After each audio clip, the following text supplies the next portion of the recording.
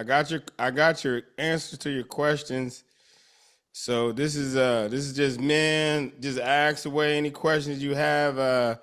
I kind of got a gist of it. You got a target date for end of month and 10 years. You completed your 35 hours. You have an approved application. That's good.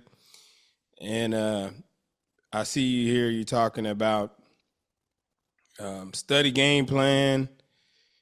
Some test anxiety there. So tell me about it, man. I'm all ears. I'm all ears. So I've got a few certifications. So I mean, overall, not nothing new, right?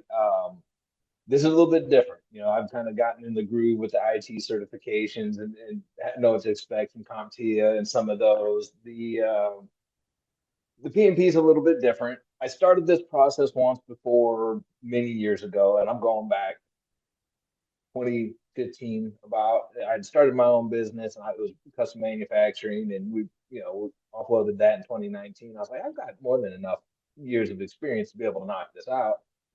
And through that process, it was on my end, right? I recognize mistakes now looking back, but I was like, how are you telling me a year and a half project is worth like 2 months worth of? I'm like, you're out of your mind. I'm done. So I just kind of turned a blind eye to it for a long time, but now I'm back in the workforce, and it's a pretty critical certification to do really where I'm trying to go. So jumped back into it, knocked out the 35 hours, submitted my application. It hasn't formally been approved just yet, but it's in process. No, I'm feeling good. Just really because it is a little bit different. I want to dial this in. I'm really putting myself under the gun because I am looking for a job as well. So trying to get it done 2 weeks. I give myself a week buffer because it is a little bit in there if I need to, but really at the end of the month, I'd really like to be able to take a swing at this. I took my first practice exam this morning. I was right at 50%. I've been doing the pocket testing. I'm right about 50%. I feel like there's about 10% cleanup of some of those. It was this one or that one. Definitely need to dive into the. I've got them up here. That's what I'm pointing at. All the formulas. Definitely got to dive into formulas, and then I understand it from an overarching perspective. I really need to kind of get into maybe a little bit more of the nitty gritty and just, you know, you're a man that lives this world. You maybe kind of give me the tricks of the trade and help keep me on the right path to make this happen. I always tell folks, don't study questions that you're getting right because it builds a false sense of security, right? So if you take 10 questions and you get three of those wrong, go read about those three questions you marked incorrect, because what's going to happen, you're going to read what was incorrect, but then you also might get what's to the left and right of that and what's to the top and bottom of that. So you just learned five things, right? I was like, you know what? That's good to know. I didn't realize that. And it might key you on another question that maybe you answered right, but maybe you didn't fully understand it. But now you're like, okay, now I understand what that means. So any channel you get on with a project manager, trainer, coach, or someone that has been doing this for some time, they're gonna tell you the same thing. Go and study the questions you got incorrect and read a little bit about it. Go a little bit deeper. Go left, right, top, bottom, and you should understand it. So when you encounter that question again, you should have no issue um, marking it correctly. And as you do that over and over, it's an iterative process, right? So you go through it once, you go through it twice, you keep refining and refining and refining. Before you know it, you've closed that gap, that knowledge gap you have.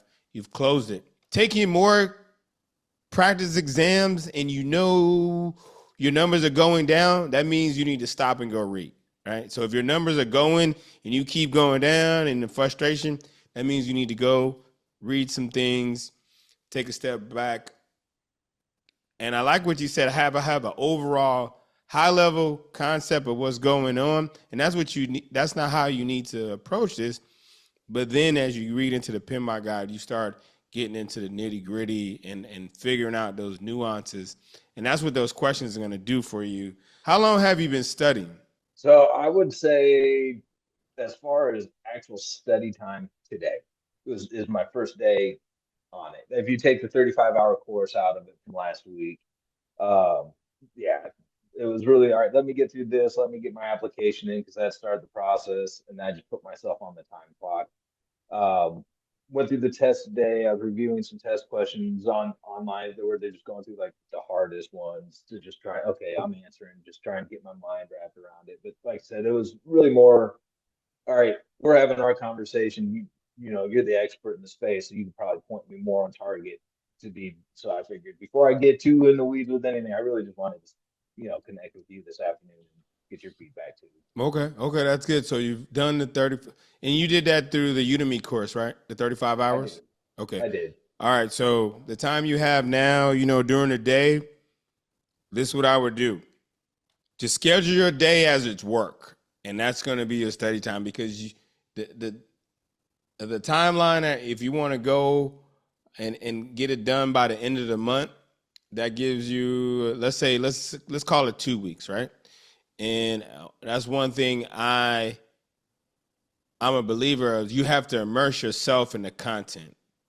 You immerse yourself in the content, practice, study exams, and assess, right? So those three things: immerse yourself in the content, practice, study exams, and assess. See where you're at and see where you're going. And so once again, we run that cycle over and over and over, and that'll help you close those gaps. Set your schedule for the day. Don't kill yourself. I figure you work, I like to work in 30-minute runs. So 30 minutes on, 30 minutes on, 10-minute breaks in between. You figure it out. But don't crush yourself for 2-3 hours grinding in, give yourself, hey, I'm for the next 2 days, I'm gonna read about this. Right. So once you get that PMP guide, you need to read about the basics. These are the core fundamentals you have to have locked down. What are the 5 process groups? What are the 10 knowledge areas? What are the 3 different approaches to this project management framework? Predictive, what's the overall concept of that? Agile, what's the overall concept of that? Hybrid, what's the overall concept of that? Understanding the Agile Manifesto, the 4 core values and the 12 principles. Getting your head wrapped around that right now in these next 2 days. That should be your focus. Just let me sit back. I've done the 35 hours. Let me just kind of look at the landscape. Let me get a landscape view. Okay, I got 5 process groups over here. I got 10 knowledge areas. I have Agile. Agile fits into this. I have a combination of 2. I have a project manager. I have stakeholders. I'm going through this about each process group. I understand what's going on in each process groups. I understand how these processes are linking together, which brings me to the point in the PMBOK guide, you're going to be able to see in each knowledge area how you go from process 1 of developing project charter to close project or phase, right?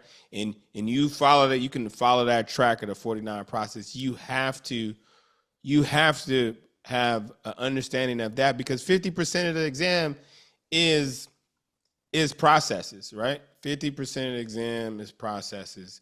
You could do it, man. You got enough time. Like I said, immerse yourself. I'll check in with you in about a week or so and Okay. connect with you and see how things are going.